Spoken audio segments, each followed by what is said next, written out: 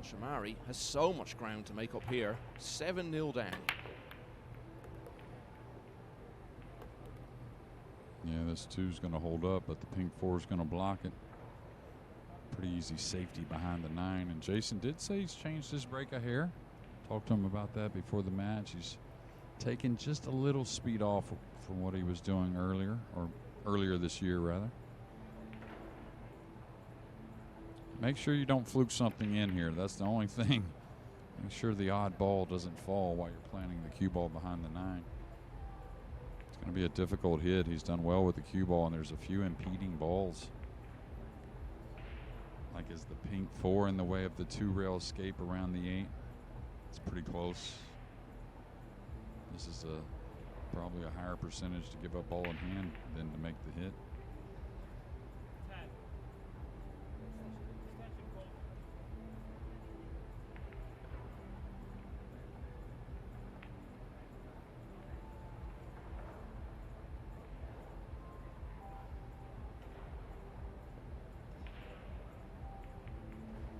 All right, he's trying to bend this. Doesn't have a whole lot of the left side of the cue ball, and that's what's required to try and shoot away and then bend it back between the 4-7. Should be some arc. Oh, he went around it. What a clever play. Didn't even see that. Yeah, the acknowledgement from Shaw. A well thought out, well executed shot. Yeah, very good. Jayson should attack the bank.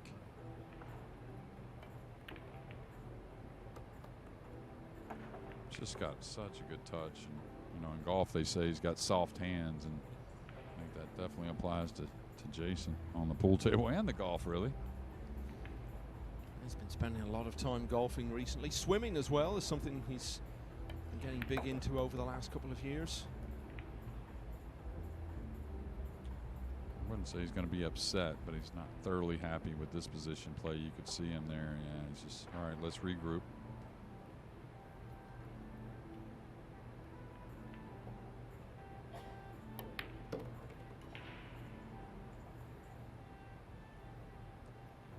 This one could also be taken care of very shortly. Mosconi Cup coming up, of course.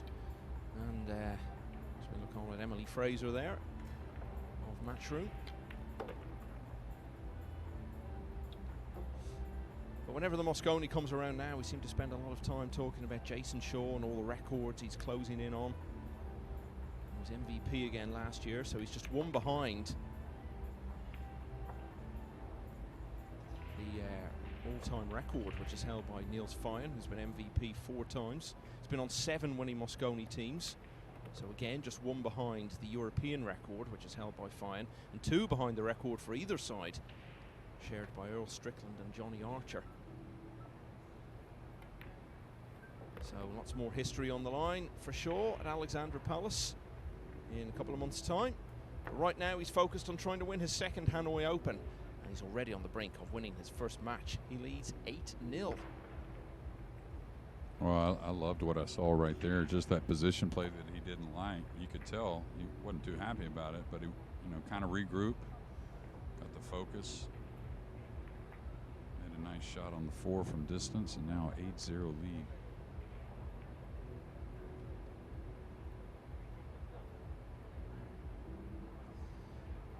Well, we do often see Shaw do this in early round matches. There's a lot of very, very comfortable wins, just looks totally relaxed and in control of things. And the only way to stop that really is to get off to a good start against them and go back once again to Alshammari, getting close in both of the first 2 racks. Missed tough 9 balls and eventually ended up leaving, well, straightforward 9s really for Shaw in both of the first 2 racks, and he's just kicked on from there to produce a very dominant display.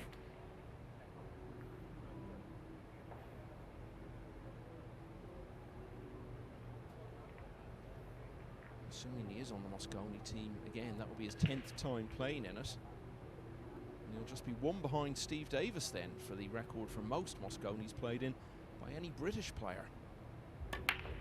Wow, Steve played 11? Yeah. Wow. I think they were the first 11 as well. Certainly, they all came quite early on. Tell you what, he's shaking his head, but there may be a triple combination on here on the 4-6-9.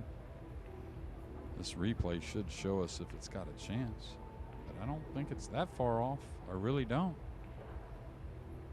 And you can see what's in front of him, the red 3 right over the pocket. And the thing, when the 4-6 are like they are, or the 5-6, excuse me, are like they are, Michael, you can throw the ball, you can manipulate it a little bit one way or another to try and get on to the correct piece of the 9. You may not have to manipulate it at all. Just get to the back side of the purple 5. Could break it out with this angle if he wanted.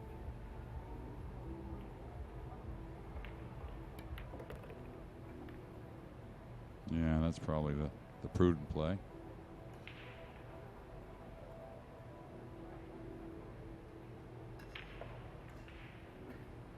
A little missable on the cut, that's for sure. The bank's a little off angle.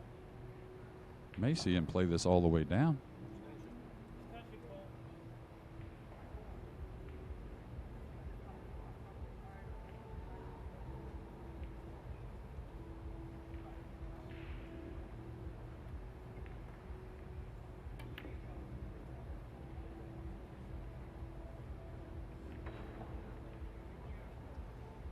So Alshammari will return to the table. Winner of this, by the way, will play Arseny Sevastianov, a rapidly improving young Finnish player, or No Hong Tang.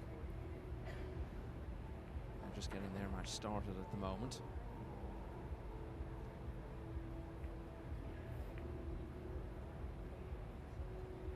Just caught a brief glimpse there. I think that was Duong Kwok Wang, who now knows he probably won't have to wait too much longer to come onto the main table.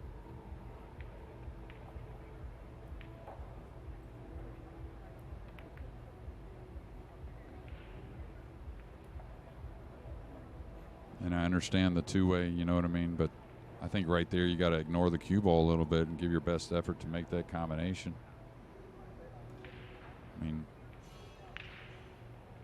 I don't know what is it, 1,000 to 1 for him to come back in this situation anyways, but why not feel a little better about yourself?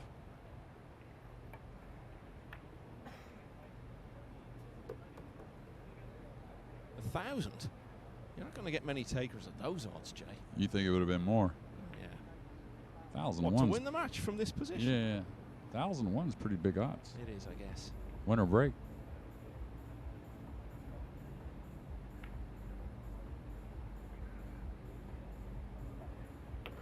Well, Jayson kept an eye on that one. Looked like it may have dove a hair. It's getting more and more massive with every shot now. So disappointment for Abdullah Alshammari. He looks back over the match. He's made an enormous amount of big mistakes. He did miss some balls he shouldn't have, and really it all goes back to the first couple of racks, both of which he was close to winning. Ended up losing them both, and then the next 7 to follow. Jayson Shaw, very dominant then throughout. He defeats Abdullah Alshammari of Saudi Arabia by 9 racks to 0. The champion of 2 years ago is off and running in the Vietnamese capital.